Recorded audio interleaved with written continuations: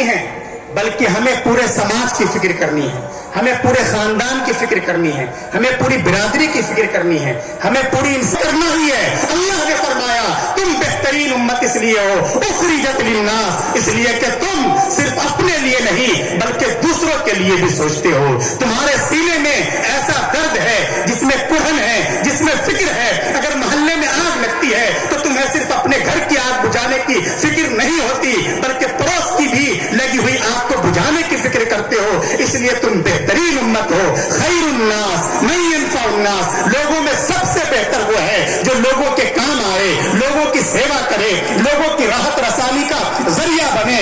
ہماری جو شریعت ہے وہ شریعت صرف ہمیں عبادت کرنا نہیں سکھلاتی، ہمیں صرف روزے کی تعلیم نہیں ہے، نماز کی تعلیم نہیں ہے، بلکہ ہمیں بتلایا گیا ہے کہ دیکھو اگر تم سماج میں رہتے ہو، محلے میں رہتے ہو، گاؤں میں رہتے ہو، تمہاری ذمہ داری ہے کہ تم آس پاس سڑک پر اور راستے پر اگر کوئی کانٹا ہے، کوئی تکلیف دہ چیز ہے، اس کو ہٹا دو۔ یہ ہٹانا بھی صدقہ ہے۔ اگر تم اپنے گھر کا پانی باہر بہاتے ہو جس سے آنے جانے والوں کو تکلیف ہوتی ہے، گزرنے والوں کو تکلیف ہوتی ہے، وارڈ ممبر تمہارا کچھ نہیں بگاڑے گا، مکھیا تمہیں کچھ نہیں کہے گا، لیکن تم جس شریعت کو فالو کرتے ہو اس کے اعتبار سے تم نے جرم کیا ہے اور تمہیں اپنے خدا کے سامنے جواب دہی کے لیے تیار رہنا چاہیے۔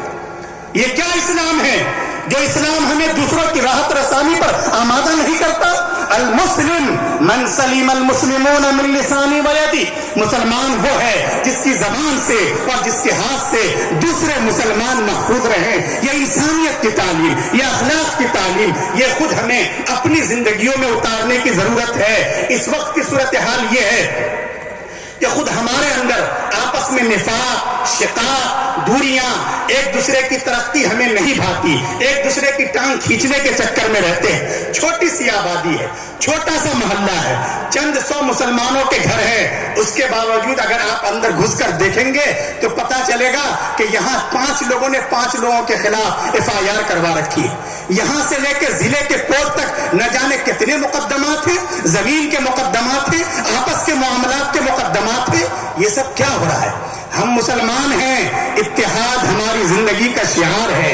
یاد رکھیے پیارے آقا صلی اللہ علیہ وسلم نے صاف کہہ دیا ہے کہ دیکھو اگر کسی کے ساتھ انبن ہوتی ہے، کھٹپٹ ہوتی ہے، تمہیں غصہ آتا ہے، ایک فطری چیز ہے، لیکن کیا غصہ کو دبانے کے لیے اور غصے کو ختم کرنے کے لیے 24 گھنٹے کافی نہیں ہے؟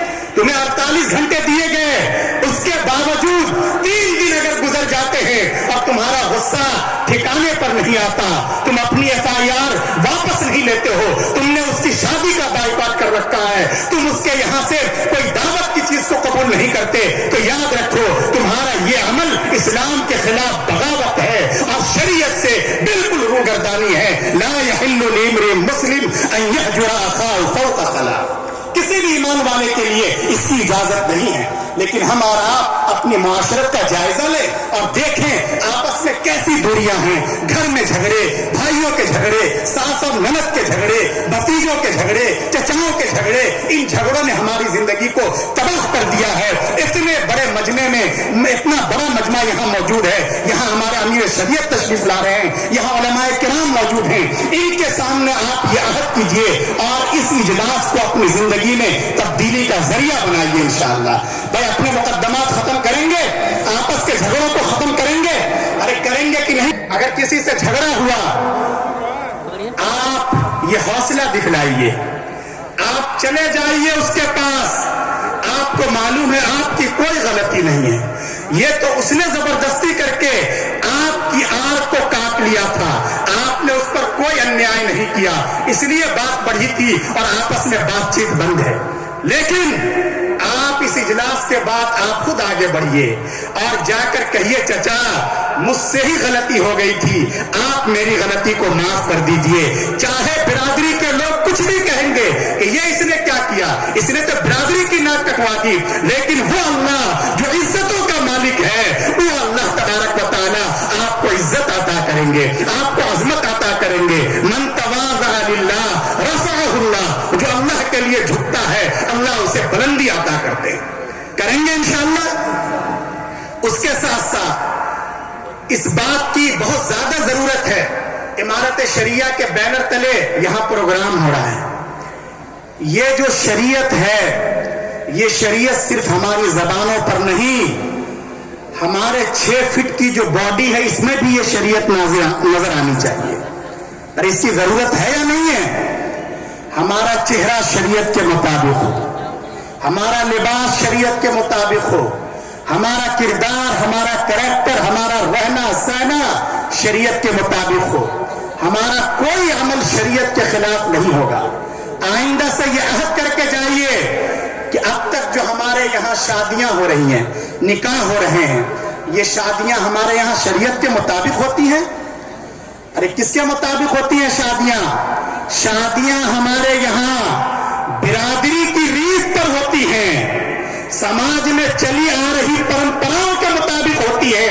आप इन चीजों को एक तरफ खत्म कीजिए और अहद कीजिए कि आइंदा जो निकाह होगा, जो शादी होगी, वो शरीयत के मुताबिक होगी। ये क्या बात है? हम लोग नमाज को इबादत समझते हैं, रोजे को इबादत समझते हैं। हम इनके मसाइल हजरत मुफ्ती साहब से, हजरत मौलाना से पूछते हैं। इतना बड़ा मजमा बैठा है, कोई ये कह दे हमारे घर में 10 शादियां हो चुकी हैं, क्या हमने शादी से पहले कभी मुफ्ती साहब से मसला पूछा कि शादी का मसला क्या है? रोजे का मसला पूछते हैं, हज का मसला पूछते हैं, लेकिन शादी के बारे में आज तक हमने नहीं पूछा।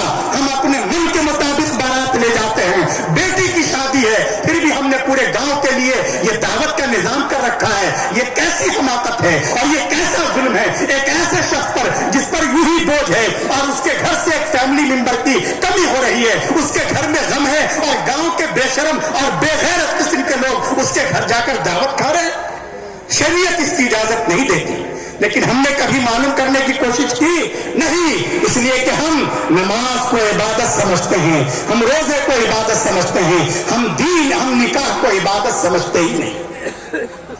ये क्या बात है? निकाह के मौके पर, शादी के मौके पर आज भी हमारे यहाँ डीजे बजते हैं, डांस और गाना बजाना होता है।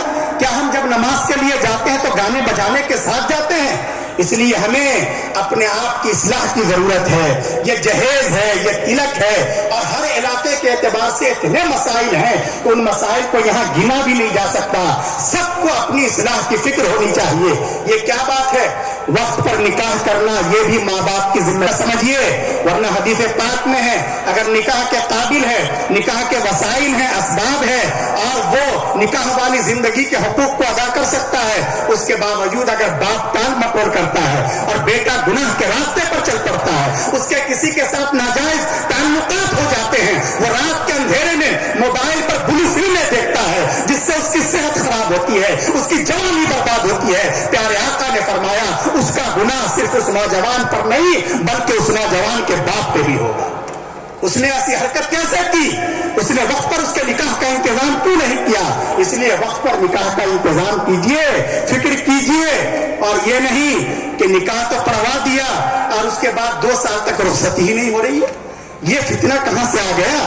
इस दौरान न जाने कितने मसाइल खड़े होते हैं, कितने निकाह और कितने रिश्ते टूट रहे हैं। मोबाइल का जमाना है, कभी बात में कोई तल्ख कलामी हो जाती है, कभी इस दौरान किसी और का फोन आ गया और उधर नौशे ने भी फोन कर दिया, वो समझ रहा है कि वो मुझसे बात नहीं कर रही है। और इस तरह की जो चीजें आ रही हैं वो इसलिए आ रही हैं कि हमने शरीयत का जो मिजाज है उसको हमने समझने की कोशिश नहीं की है। इसलिए एक तो वक्त पर निकाह का माहौल बने और वक्त पर रुखसती का भी माहौल बनाइए। अपने बच्चों और बच्चियों को शरीयत ने आपको यह अधिकार नहीं दिया है। जब दोनों ने एक दूसरे को अपने लिए कबूल कर लिया तो आप कौन होते रास्ते बीच में हार बनने वाले?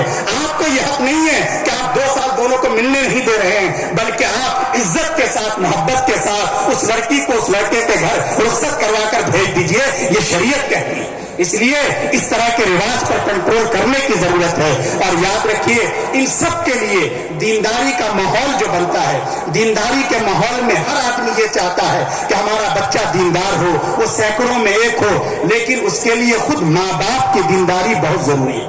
ये नहीं हो सकता कि बाप तो गलत कामों में मुब्तला हो और बेटा बहुत नेक बन जाए। आमतौर से ऐसा नहीं होता, बल्कि बाप की बुराई का असर और बाप की नेकी का असर बच्चों के अखलाक और कैरेक्टर पे पड़ता है।